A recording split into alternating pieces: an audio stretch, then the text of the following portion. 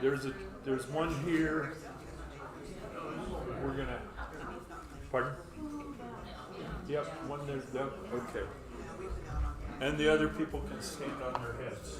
Oh, that would be hard. Well, I can all sit up on the Didn't know you stairs. were so popular, did you? I didn't know this book would be such a success. It's a bit hard. Actually, they only come for the free food. Oh, I see. Oh my gosh. We had 250 copies and they sold that. Okay. Okay, welcome.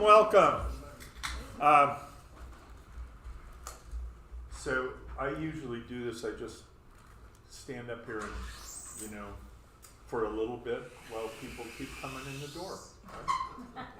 So I want to tell you, while we're waiting for Rita and Ellen, that our next show coming up is Saturday night, Joan Gilbert's show, 55 by 55. Joan has for 3 years decided that she is trading in her career as a graphic artist to be a fine artist. So she spent 3 years painting, sculpting, and it's a potpourri of different kinds of all centered on Wallowa Lake. So we're having a reception at 7 o'clock on Saturday night. Okay? And then I tell you also, I see that several in this audience maybe are not my peers, but gonna be my peers in a little bit. And he's looking at Stevens. We did a brown bag on advanced medical directives, and we did a follow-up workshop, and we had 17 people go through that and fill out their advanced medical directives and do all the stuff that you have to do with that. We're going to have on October 12th, whatever the Tuesday is there, Kathleen Bennett is going to tell us about what we don't know about Medicare. Because I would imagine that many of you here are on Medicare and don't know what Medicare covers and what it doesn't cover and what supplemental might do or not do. So it's very important that we learn these things, right?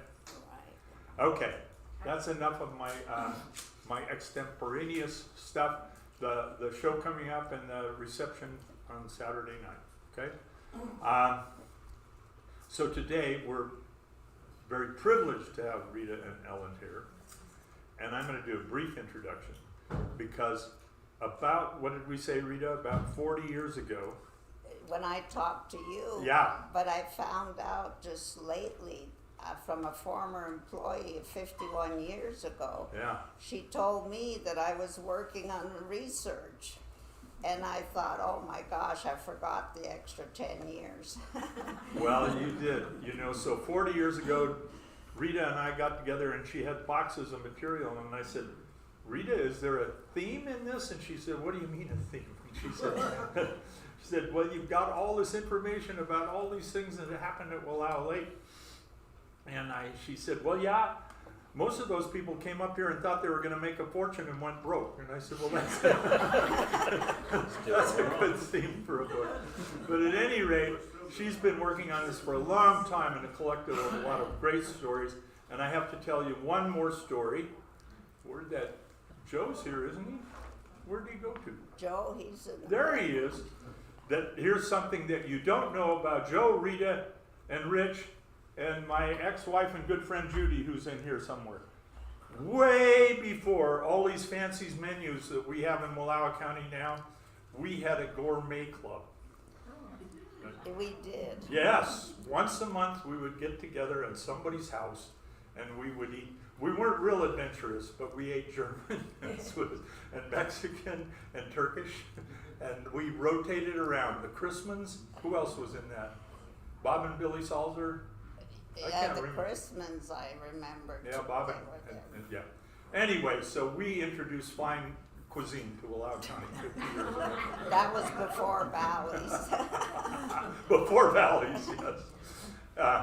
And Ellen, I can't even remember when I first met Ellen, but worked with her on and off on so many projects I can't even think about it. And we've got an exciting one going now in Ethno Earth Sciences, which you'll hear about way later. But right now, Ellen came along when Rita had this growing box of material of research. 12. 12 12 boxes. boxes. 12 boxes. And Ellen helped put that together, and she got finished with her book, which is already, by the way, sold out. So I'm told that the next copies will be available on October 8th. Yeah, we have sold out, but they went to stores. Right. So the different shops bought Might all have the them. books out. Yeah. So there might So- still be some out there. Well, and so the Josephy Center has some copies. We brought some extra copies Not along. anymore, So we just if sold them anyone, all, Ellen. pardon? We're sold out. We just sold them. You just sold them? Okay, so we brought some extra ones. Oh, Or good. Or you can go to the book loft. They have copies, Okay. and Heidi's has copies. Heidi's has So- copies and Joseph. After the presentation, come back to the front if you didn't get a copy, and we'll try to get you one there. Okay? Enjoy. Okay. Welcome, Thank Rita you. and Ellen. Thank you. Welcome, everybody, and I thank you so much for coming. This has been a long, long research project, but it's finally came to fruition, and I thank you so much for being here.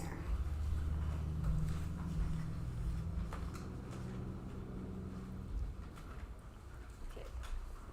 I'd like to thank, sincere thanks to the many people who provided information, photographs, family histories, reviews, and much more to make this book possible. Especially my husband Joseph, my son Kurt, and my daughter Heidi Ehler, Reverend Edsel White, Nancy Rudger, who worked at the Chieftain and made me hundreds of copies of old records, Robin Parks, Lola Hopkins, who also gave me a lot of information. She wrote a book herself. Dr. Jude Graham, Wallowa County Museum, David Weaver, Wallowa County History Center, Jim Harbeck, Nez Perce Fisheries, Joe Dawson, Wallowa Lake Irrigation District, Rich Schneider, and the Josephy Center for Arts and Culture, and the hundreds more people that donated stories and pictures too. Okay, so Rita basically collected a treasure trove of information from the past. She had many of her people who she worked with provide family histories of their businesses, and importantly, an awful lot of photographs that are that you'll never see anywhere else. So in the many stories, got to remember which is forward and backward on this thing. We have stories of the trains that brought people here, and the electric trains, in fact, that almost made it to Wallowa County. The elk and the restoration of elk, and the distribution of those elk across Oregon. The story of the sockeye, and how sort of blunders by the Oregon Fish Commission ensured their extinction, and basically how the Nez Perce in particular are looking at bringing them back. The Wallowa Lake Dam and the recreation that occurred at Wallowa Lake. This is a photo provided by Lola Hopkins, which was shot in, I believe, the 1920s. I thought it was a pretty remarkable image for that time. Lots of boating on the lake and the excursion craft that plied the lake. The history of the Nez Perce, or the Namipo here, as well as the history of Old Joseph, Tui Caucus's initial life, initial burial, and then finally reburial, which you can see here.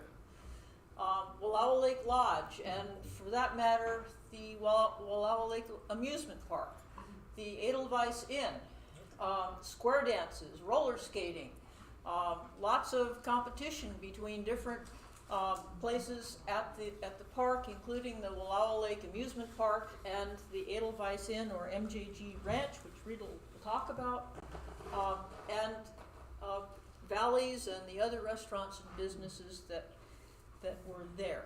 So there's a tremendous amount of history that's associated with Wallowa Lake, and we thought it would be great to bring that to everybody here. So let's go take a look at some history. All right, Rita, take it away. Okay. Matterhorn, Swiss Village. Joe and I came to Wallowa County in 1965 to visit some relatives. The ones we were staying with in Portland were coming to see the relatives in Joseph. They're the ones that built the laundromat. Lawrence and Aggie Immels. My husband Joseph was born in Switzerland, and I was born in Canada. And we met skiing in Vermont in 1963. We were married in 64 and 65 after a terrible winter in Vermont. There was no snow, but it was bitter, bitter cold, way below zero. And so after the season, we decided we're gonna go west.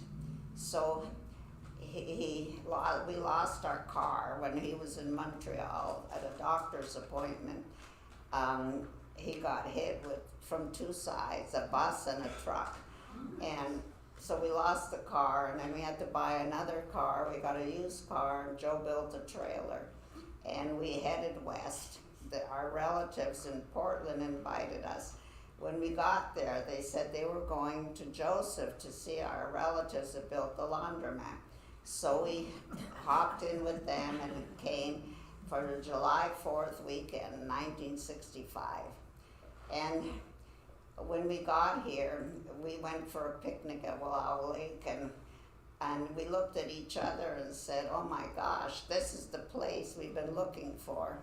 We had gotten books from the A&P supermarket in Vermont, and I was reading those all the way. It took us 2 weeks to get to Oregon. And we said, oh my gosh, this is called Switzerland of America. So our cousin Aggie said, why don't you look at the cabin business, been for sale for 2 years and nobody bought it, and why don't you look at it? So we went there, and it was very run down. They had 4 rundown cabins. 2 of them didn't even have bathrooms in them. And the house was in not bad shape. It was a log house. And we said, well, there was potential there. So we decided to move there, but first we had to go back to Portland and work for 4 years. We had 2 jobs each, and we leased out the place for 4 years. And when we came in April, we gave the lady 2 months' notice, but when we got here, it was a snowstorm in April 1st in 1965, and we didn't know what to do, so we moved into one of the little tiny cabins, had no running water, the pipes were frozen. That's the cabin that we lived in. The store was not there. And the baby, I had a 1-year-old baby, and there was no running water, and it was so cold he slept in his snowsuit and his hat and mittens and scarf and a lot of blankets. And so she moved out about a week later, and we started remodeling the house and the 2 cabins, and we leased out the place for 4 years, went back to Portland and did 2 jobs each and saved every penny. We started an importing business in Portland, and then we moved there, and we worked long hours. We opened in 1969 on the Memorial Weekend, and we had a lot of wonderful. Well, we built the shop. Our neighbor, Art Warsick, who was retired carpenter, he came and helped us. He was retired, and so he helped us build the store, which was a huge blessing to us. And then our friend Paul Aftermar from Switzerland was living in British Columbia at the time. He came and designed the sign on the road at the Matterhorn Swiss Village. We hung 4 different flags for our heritage. We had American, Canadian, Swiss, and Polish flag. And we had our grand opening in 1969. Did we have a picture of that? No. No, we'll Okay. skip right ahead to We thoroughly enjoyed the wildlife on our property. We had a little buck who loved to sleep on the porch, and he was just like a pet dog. He was so friendly and so loving. So anyway, the following year, we adopted another little deer. It's a doe this time. It was a real tiny, she was very tiny, so we named her Baby. And Baby, she followed my son, was going down to the lake on his cross-country skis. It was January 1984, and it was only 12 degrees, very cold. She followed him down there, and she spotted there were two fishermen on the lake, and so she went out on the ice and broke through. And my son, took off his skis and ran along the shore, jumping over logs and rocks and everything, and crawled over on his stomach and got the deer out of the ice, which was amazing that he didn't fall through himself. And then when he got her out, he had help, for the two fishermen came and helped him get the little deer up the bank. And he took his jacket off and put it on the deer on her back to help thaw her out. She was totally covered with ice. And so he walked home in 12 degrees with just a t-shirt on. And when we got her home, we wrapped her in blankets and in a heating pad, and she thawed out. And then when she was thawed out, she decided to go back out again, and reluctantly we let her go because we couldn't keep her inside. And I thought she'll never make it. But next morning, there she was on the porch looking for food. So, and his story was in the Chieftain on the cover, and in He-Man and Masters of the Universe, and another publication too. This is a picture of the idea for Alpenfest began in 1974, and my children, the little one is Heidi, and then my son Kurt, they were getting ready for Alpenfest, and we had two Alphorns, and we put honey on the one for the little one, and she pretended like she was playing, but she was eating the honey. So they were getting ready for Alpenfest. In 1975, it was the first Alpenfest. And a few years later, my husband Joseph talked his brother, who's on the right, and his band. They brought all their instruments and everything from Switzerland, and they were at Alpenfest. And you can see the Alphorn in the middle. My son Kurt was blowing on the Alphorn, and we were all dancing, and the musicians were playing, and this was, I think Claggis took the picture. The year that we moved to the lake in 1969 and built the chalet, the gondola project was started, and we were very excited. We thought we'd see skiing come to Wallowa Lake, but they had a company, Duncan Brothers, came from Bend, Oregon, and they started putting in the towers. You can see them welding on the right. You can see the guys up there welding on the right. And they, unfortunately, it was unusual weather. They had warm weather,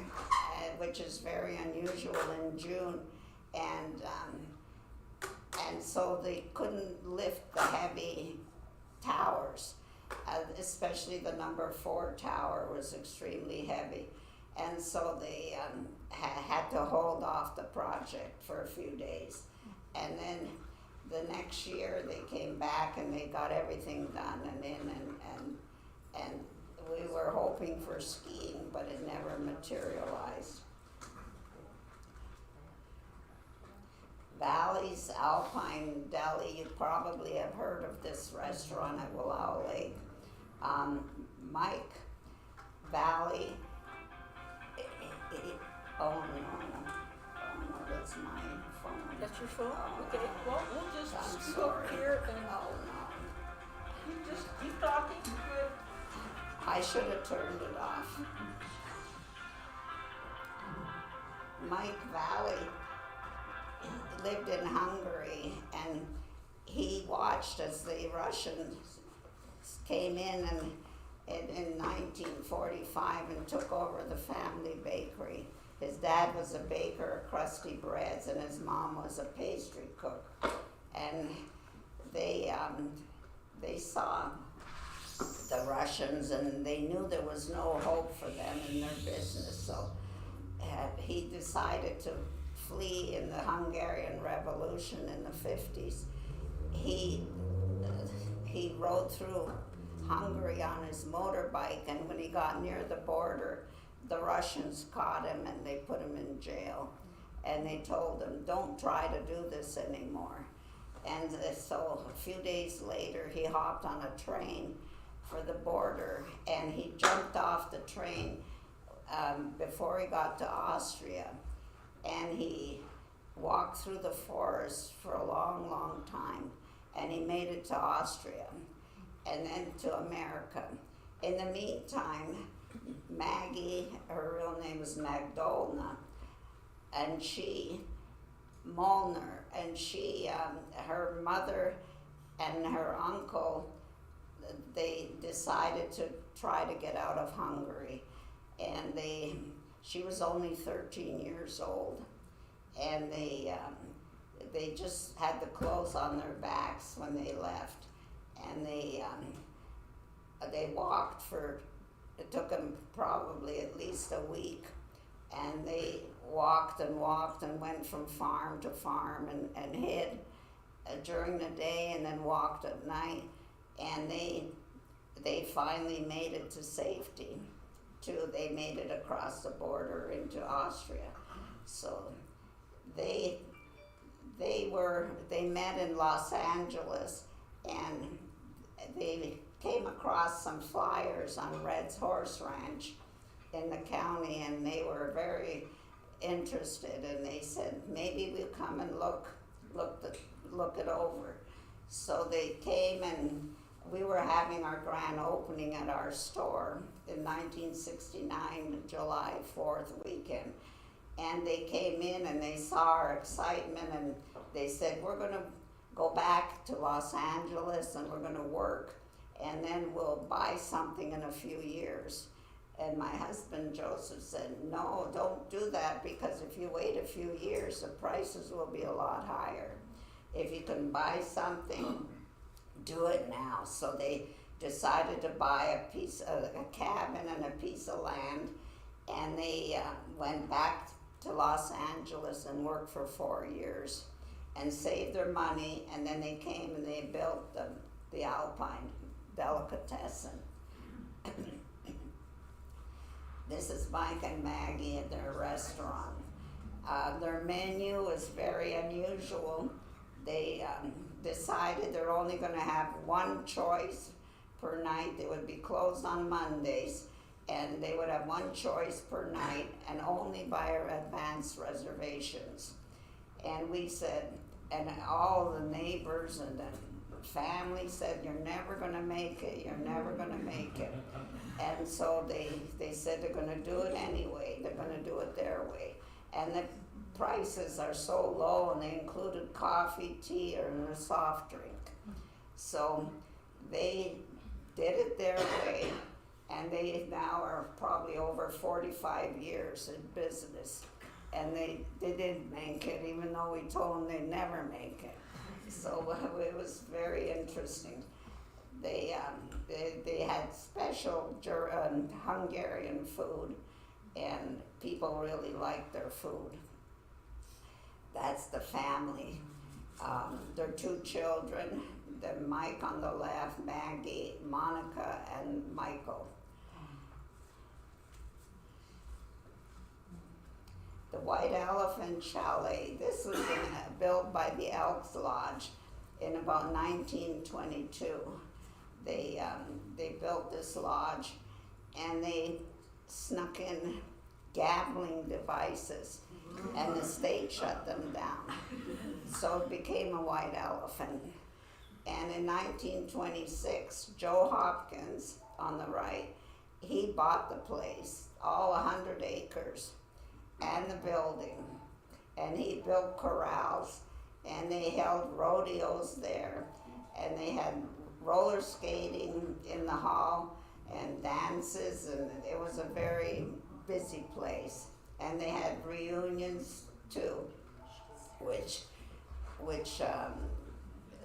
it was a big enough place for a lot of people. And then here's they had the Dude Ranch. They called it the MJG after the White Elephant name wore off. They had that name, and I asked Lola, I said, what did that mean? And she said, it's a secret. And to this day, nobody knows the meaning. It's still a secret.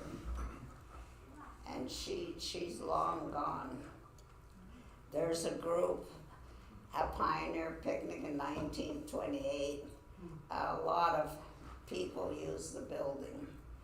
It was, they had roller skating in there too, in addition to the dances. Here we go. There's the White Elephant Chalet. The Catholic ladies are giving one of their globe chasing fun fest events. $1 for entry. And then they had the big band. They had probably 10 people in the band. Johnny Callahan, he came and played the whole summer one year. And they had a lot of dances going on, not just there. They had another hall down by the lake. It was called the Amusement Park. And they had a big building there, and they had bowling and dancing and roller skating. They had bands, and then the MJG had bands, so they were dueling with each other. Each one was trying to outdo the other one. One would have 10 people, the next one would have 11 or 12. And so they were constantly trying to outdo each other. But both places were busy.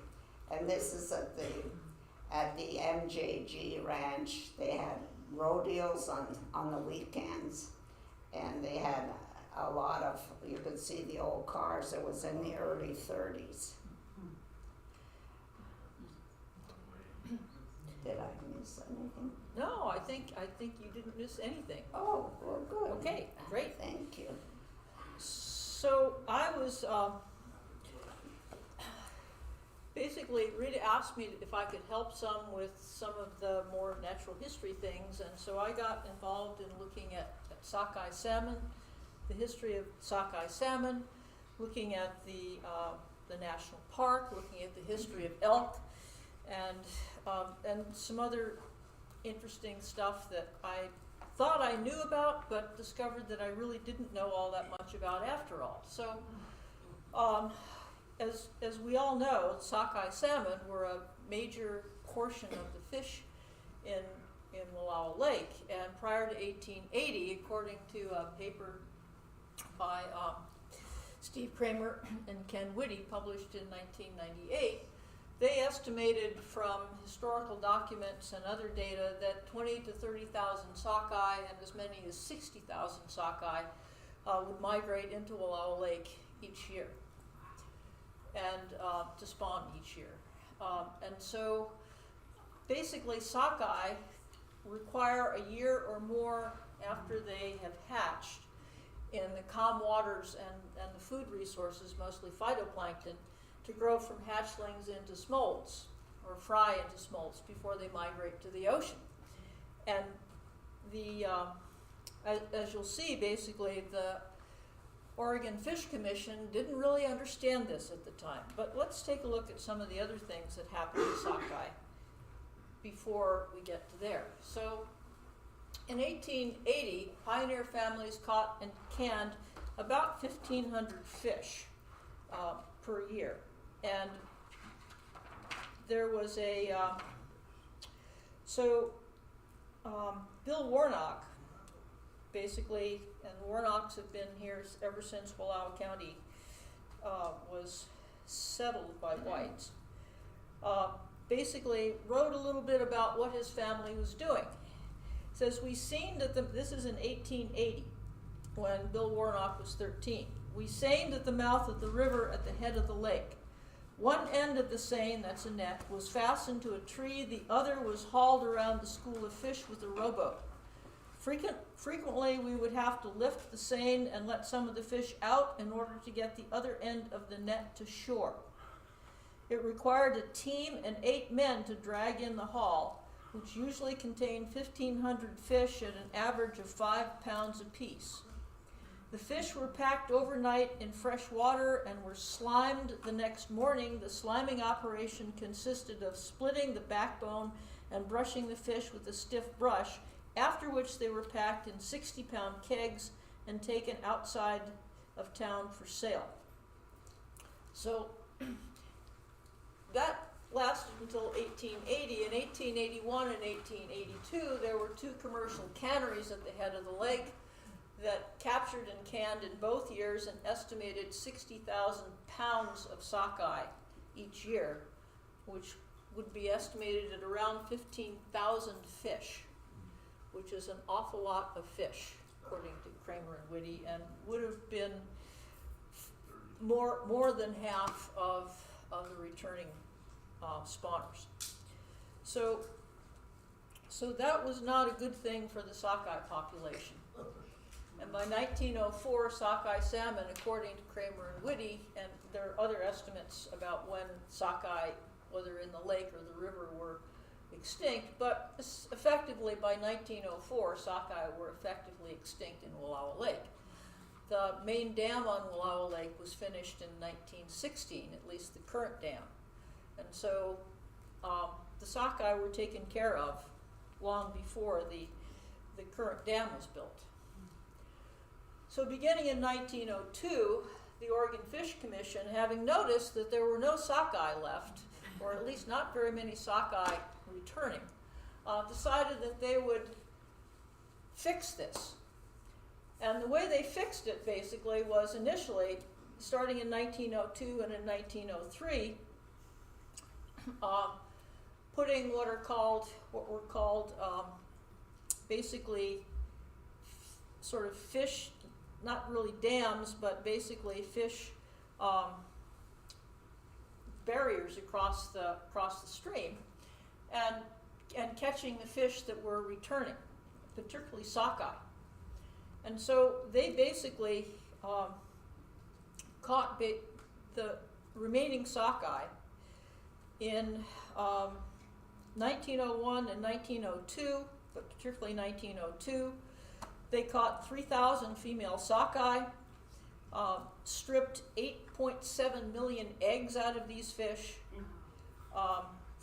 put 5 million of those eggs back in the river gravel, and then ultimately hatched 3 million of them and put those fry back into the river.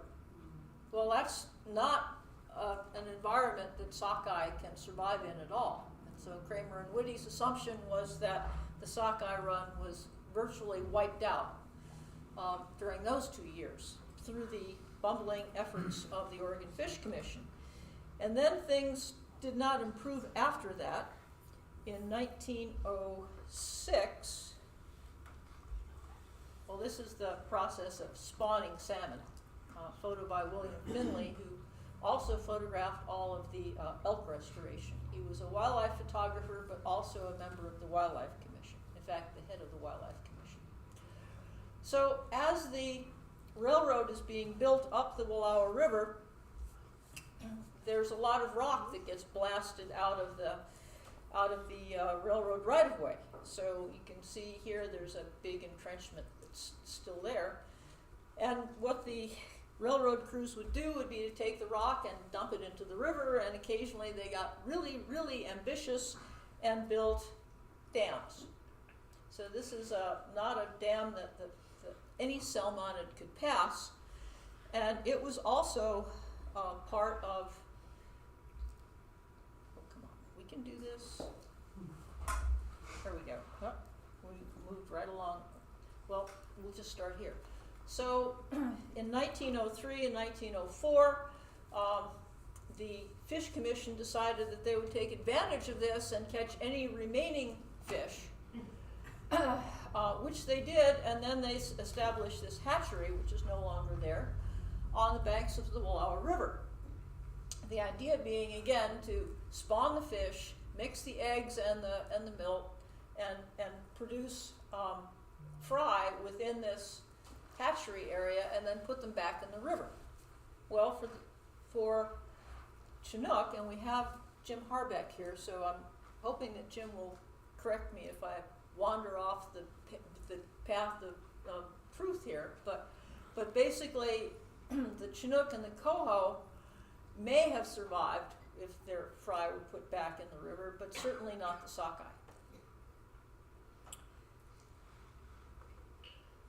And then there's the dams that did exist on Wallowa Lake. In 1884, according to Grace Bartlett, a wooden dam was actually built across the outlet of Wallowa Lake, mostly to help divert water into irrigation ditches, sort of the first irrigation ditches. This picture was taken about 1905, and so this dam or something similar as a diversion dam may have been there as early as 1890. The dates are pretty uncertain in this, but nevertheless there were dams that were wooden dams on the lake fairly early, and then there were also, these are also William Finley photographs in 1912 when he came up here to help restore elk. There were these amazing wooden structures that were fish screens, and the idea was to keep the fish in the lake, because by that time there was a significant number of people who were coming here to fish, and there was also the stocking of eastern trout and ultimately lake trout in the lake, which dined on salmon fry, on sockeye fry, if there were any. So these were built to keep the fish in the lake so that none could escape and they could all be caught, and there would be a really good tourist season. There we go. So, and there's a trout hatchery over here, no longer there. So these are all things that I found interesting and pretty amazing. And there's a lot to the story of how the sockeye went extinct, and I'm really hopeful that when the existing dam is refurbished, that fish passage will be there. We don't know what kind of fish passage, but we're pretty sure, or at least the Nez Perce are pretty sure and optimistic that there will be fish passage. So there'll be a possibility of restoring sockeye, even though they won't be the native sockeye. But they will be easily adapted. And then I'd heard rumors that there was at one point a national park, or at least the attempt to do a national park here, but I could never find anything much out about it. And the reason was that there's hardly a murmur about a national park in the Wallowa County Chieftain. But if you go to the LeGrand paper, come on, we can do this. There we go.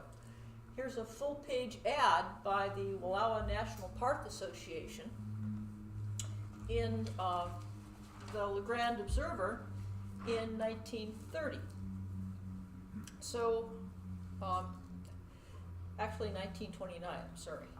So the idea basically, this is an idea that was hatched by a number of people, and I'm sure you can all read these names down here, right? They included basically Julius Roche, who was the man who built the Sacagawea Hotel building in La Grande and was a major figure in La Grande history, a county commissioner, a man who was into real estate. L.F. Anderson from Walla Walla, Lloyd Harris of Lewiston, Howard Covey of Portland, and importantly John McPherson, who's listed down here as of La Grande, but McPherson, at the time all this was going on, was the manager of Wallowa Lake Lodge. And so what McPherson had drummed up with the Forest Service was the idea that there was a great opportunity for development and additional visitation to the community in the mountains in the Lakes Basin.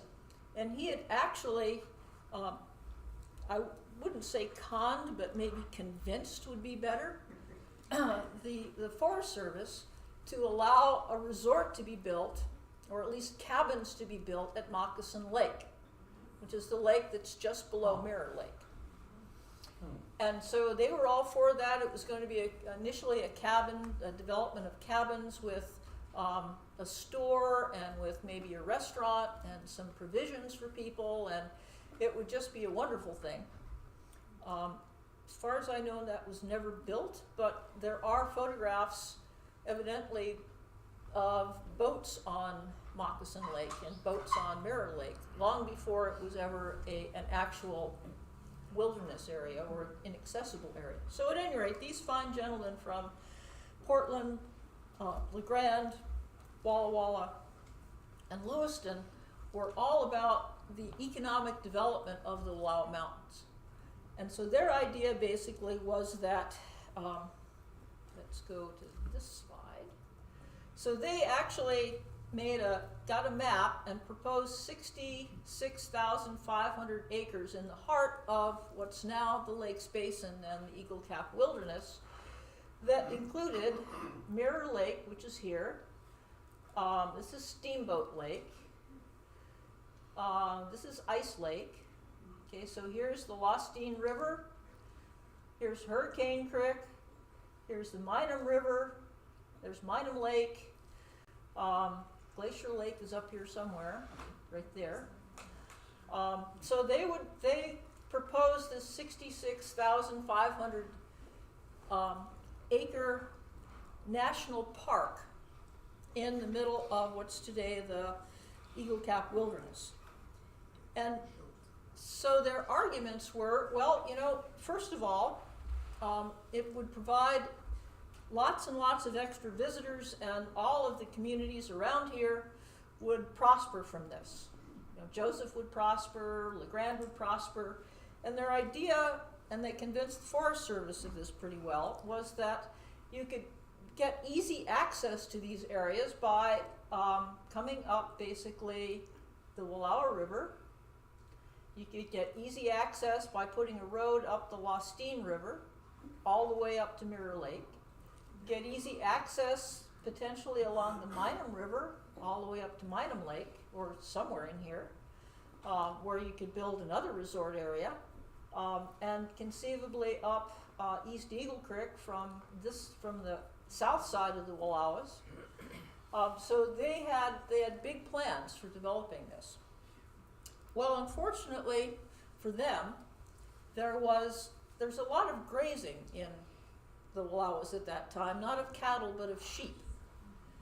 So there were an estimated, let me see if I get this, 193,000 head of sheep, they estimated as the carrying capacity of the Wallowa National Forest. Okay. And so they claimed that if they excluded this area from grazing, which you'd have to do in a national park evidently, that would mean it would affect only 8,920 sheep.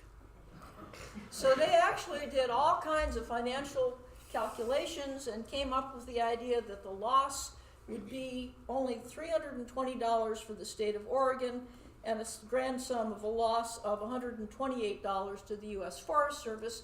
And what would be the harm in that if, in fact, you could bring in lots of visitors from Joseph and have resorts up here and water skiing on Mirror Lake or whatever else they had in mind. And so, unfortunately for them, there was a very strong, as there is today, a very, very strong presence of stock growers in Wallowa County, and wool growers in particular. And the stock growers and wool growers were headed by E.F. Johnson, who lived in Wallowa. He was a the head of Stock Growers and Farmers National Bank in downtown metropolitan Wallowa, and the head of the wool growers, and he had been a county commissioner. And so he took on this wonderful group of entrepreneurs from the big cities and basically lobbied the Oregon legislature saying, you know, this will be the total financial ruin of all of Wallowa County. You know, we will never be the same. No one here will be able to eat. It'll be horrible. And so he basically convinced at least some of the legislators in the state of Oregon that this was a really bad idea. And the reason that was important was that this grand conglomeration of entrepreneurs from the big cities had convinced the head of national parks to fly over the Wallowas and sort of anoint this as the next national park. And he'd done that. And so their next step was to get the Oregon legislature to say, yes, this is a grand idea. We want a national park in the Wallowa Mountains. And they lobbied the legislature and they got the Oregon Senate to agree to this. That was good. But the Oregon House of Representatives wouldn't approve it. And so that kind of put the kibosh on the whole idea of, yes, this is a unanimous thing, everyone in the state of Oregon wants it. And that was basically in early October 1929. And of course, as we all remember, the grand stock market crash was in late October 1929, and that sort of finalized the whole idea of a national park in the Wallowa Mountains. So this is McPherson. This is sheep grazing in Tenderfoot Basin in the Wallowas in 1938. And there was another attempt about 1935, but that also coincided with the second downturn in the stock market and a second downturn in the national economy that was known as Roosevelt's Depression, that started in 1936. And so we have been blessed with not having a national park there, courtesy of the wool growers and stock growers and the agricultural industry in Wallowa County. So that was something that I thought was really interesting. And then we have the electric railroad versus the steam-powered railroad. I mean, whoever knew that once upon a time we might have had electric railway service from here to Walla Walla via Elgin. So that's in the Jetsons. No. So this is an Alco GEC Class S1 electric locomotive in 1907. And in the early 1900s, electric railroads were all the rage. There were electric railroads on the East Coast. This is, as you can see, New York City and Hudson River Line. There were electric railroads that hauled passengers and freight from New York City to Washington, D.C., across Pennsylvania, across Ohio. It was really a big and booming thing. Not so much here, although in there were electric railroads that hauled people from Portland to Salem and hauled freight from Portland to Salem in, again, the early 1900s. So this man, Frank McCulley, the first Frank McCulley, who was sort of the father of Wallowa County and is now interred along with old Joseph at the Indian Cemetery above Wallowa Lake, at the foot of Wallowa Lake. Macaulay was a true entrepreneur. Not only did he have the first steamboat on Wallowa Lake, first stores, he had a branch of his stores in Flora, and I believe in Lostine.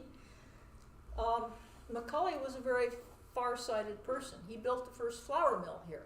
And when he did that, he suddenly realized that he had this big wheel that went around and around and around and was powered by water. And lo and behold, he could stick a generator on there and he could get electric power out of it. So he also established the Joseph Electric Company. And then he took the next step of thinking, wow, I have the Joseph Electric Company. Now, and we have more power than we know what to do with, so what would be the next step? Aha, I'll build an electric railroad. And so he found a variety of investors, mostly from Wallowa County, but some from Union County, who were interested in developing an electric railroad. And by 1905 or 1904, certainly the steam-powered railroad, the Oregon Rail and Navigation Company, was busily planning to put tracks up here. So Macaulay and his associates got ahead of that, and they bought up a whole bunch of easements that went through the Wallowa Canyon, which stopped the Oregon Rail and Navigation Company from just being able to blissfully motor their railroad up the Wallowa Canyon. Still have to remember which is forward and backward here. Now, you would think that the Wallowa County chieftain would cover this, that it would be headlines, electric railroad plan for Wallowa County. Well, actually, I saw this in the Wallowa County Chieftain in a 1904 edition, and it was on like page 8 in a bunch of little tiny business briefs, one paragraph long. This is all the coverage that they got. So this says, W.J. Cook of the Wallowa Valley Railroad Company is in the city securing subscribers to the $150,000 subsidy which that company asked from this county as an inducement for them to build an electric railway from here to Walla Walla.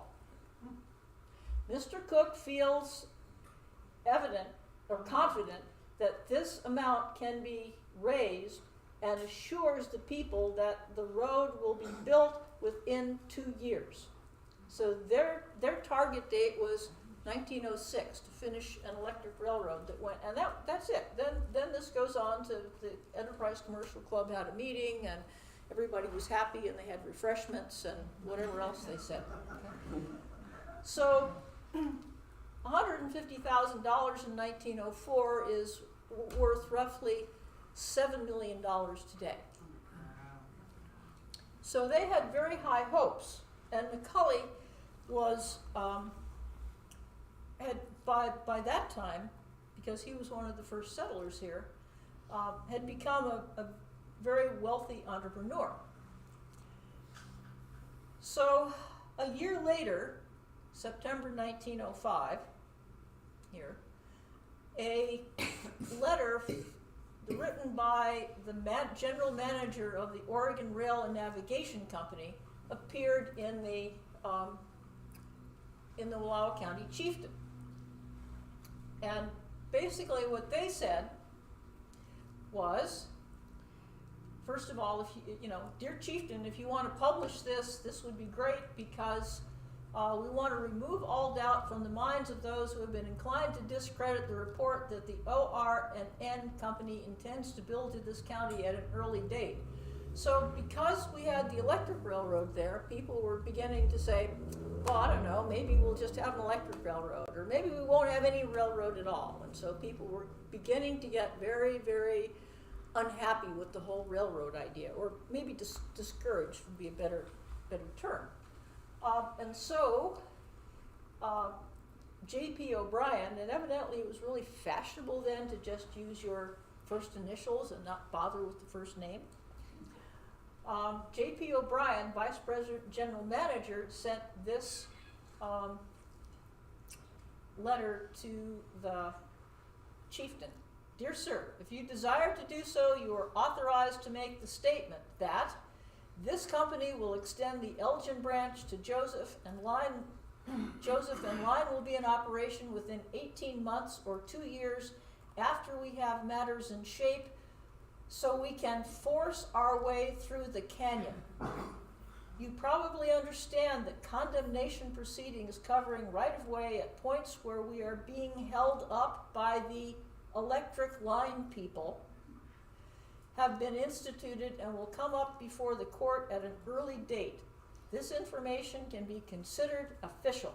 Yours truly, J.P. O'Brien. So, and this is hard to trace down because there's very little in the way of records of what went on. So this is J.P. O'Brien saying the electric line people were going to sue the electric line people, and indeed they did. So I wandered over to the courthouse.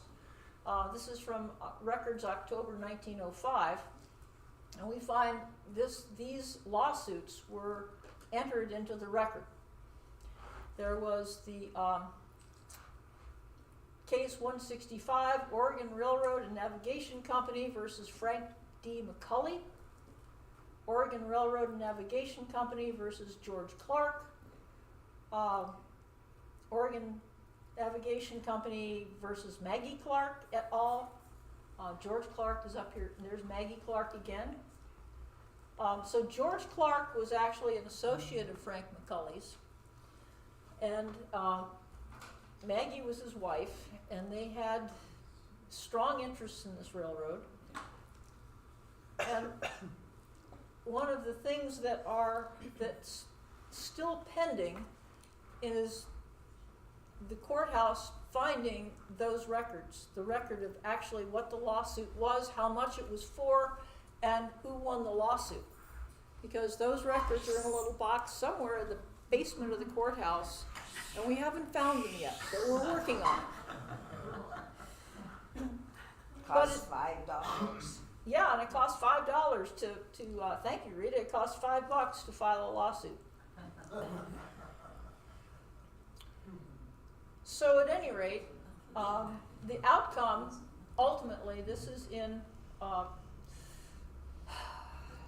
early 1906. We find this in the Chieftain. The surveying party for the Wallowa Valley Railroad was called off Monday, and the members of the party returned to the city Tuesday. Survey was completed to a point about 3 miles the other side of Lostine. So they never quite got to Lostine. It was deemed advisable by the company not to extend the survey any farther at present, as many routes can be secured for their road from Lostine to Joseph. And that's the last we hear of the Wallowa Valley Rail Company, at least the last dregs of dust that I can find. But I haven't given up yet. I mean, something has happened. So at any rate, the first train, the Oregon Rail and Navigation Company, ultimately prevailed. They ultimately got their easements through the canyon. They had lots of crews. Some of them they called Japanese, but I believe they were probably Chinese crews. They had German crews and Turkish crews working really, really hard. They endured an economic setback in 1907 with a small depression, but by September 20th, they had 1908, they actually had the first train. This is a picture of the first train coming across the Wallowa River. I'm sorry, that's the Grand Ronde River, on its way to Wallowa. And so they reached Wallowa in September. They got to Joseph finally in November 20th, 1908. And so history was made, and everybody was happy, and we're happy too. Thank you very much.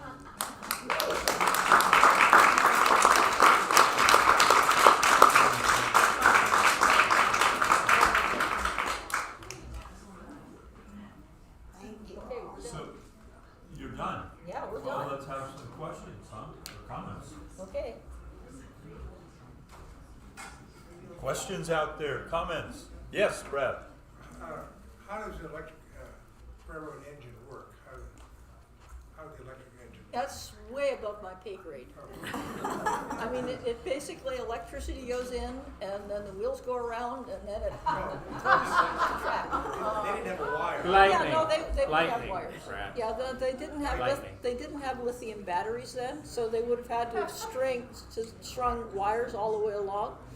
And my thought is that probably McCully was thinking he would just put generating stations up the river to La Grande. How he was going to put generation stations up Phillips Creek to get up over to Wallowa, I have no idea. So Ellen and maybe Jim can step in here, but the transition from Sockeye to Kokanee, okay, my understanding is, so those dams get built and that basically blocks the Sockeye from coming up, even the wooden dams block some. What truly blocked the sockeye from coming up was they were all caught and executed. Well, yeah, but they also, that 1890 dam, Yeah, that They didn't got- help. but then there were some of the Sockeye then became the resident Kokanee, and there were a couple of other plants later, right? There were, Kokanee and Sockeye coexisted prior to the dam. Oh, okay, okay, So, and they were called, the Kokanee back then were called Yanks. Mhm. Okay. We just yanked them. Yeah. okay. right. So they But then there coexisted. were a couple of other supplemental plantings of Kokanee, right, from Kootenai Lake? Yes, we screwed up the Kokanee. Yeah, Screwed up the yeah, Sockeye. we're pretty good at that, you know. Okay, so they were residents side by side. Yeah, same way that steelhead and rainbow trout are Okay. the same species.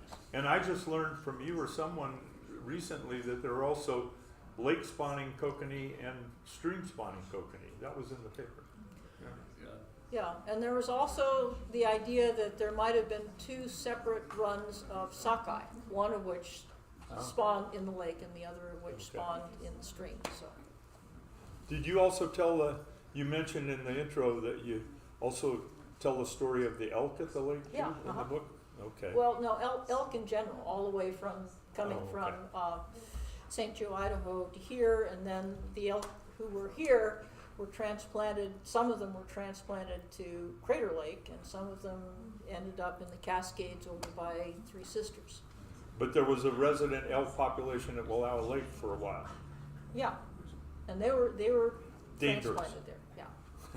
They Right. got dangerous. Pardon? They got They dangerous? got They got dangerous. They dangerous? got dangerous, but that was because they were essentially tortured. So, you know, you'd have small boys with BB guns or 22s and Oh. other people shooting the elk, and so some of the elk were blind, some of them had just been badly wounded, and so if you were in that category of elk and a human walked up to them, they wouldn't feel real friendly.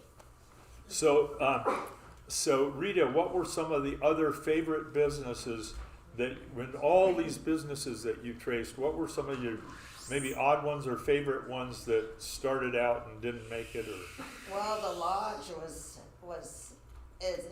in several stages. There Uh-huh. was the first lodge, and then there was the Wiggins family came in 1945, and they lasted over 43 years. And then they sold to the Lodham family, and they bought the lodge, and then they made, thousands of dollars of improvements. But he got arrested because he was money laundering with his, he had, what do you call those businesses, pawn shops. oh, right, And he had those, and he was paying everything in cash here. right. And he got in trouble, and he lost the lodge. And then the attorney and Steve Larson took over. Yeah. And then they took over. And now the lodge has sold to a group Yeah. of local people, and they're running it now and doing a great job. So I remember hearing a story. You talked about the amusement park, and I remember a story that there were women from the East Coast who ran a restaurant there, and it had linen tablecloths. And Oh, they did. and Yeah. people would come up Egan's come on the brothers. train to Joseph and then the buckboard and then on the, On the boat. A On lot the of boat? them would On take the the boat. boats, yeah. yeah, That was the Egensberger family. okay. They came in about 1908, 9, and then they sold in 1918. Okay, They did everything without electricity, without phones, no cell phone, nothing.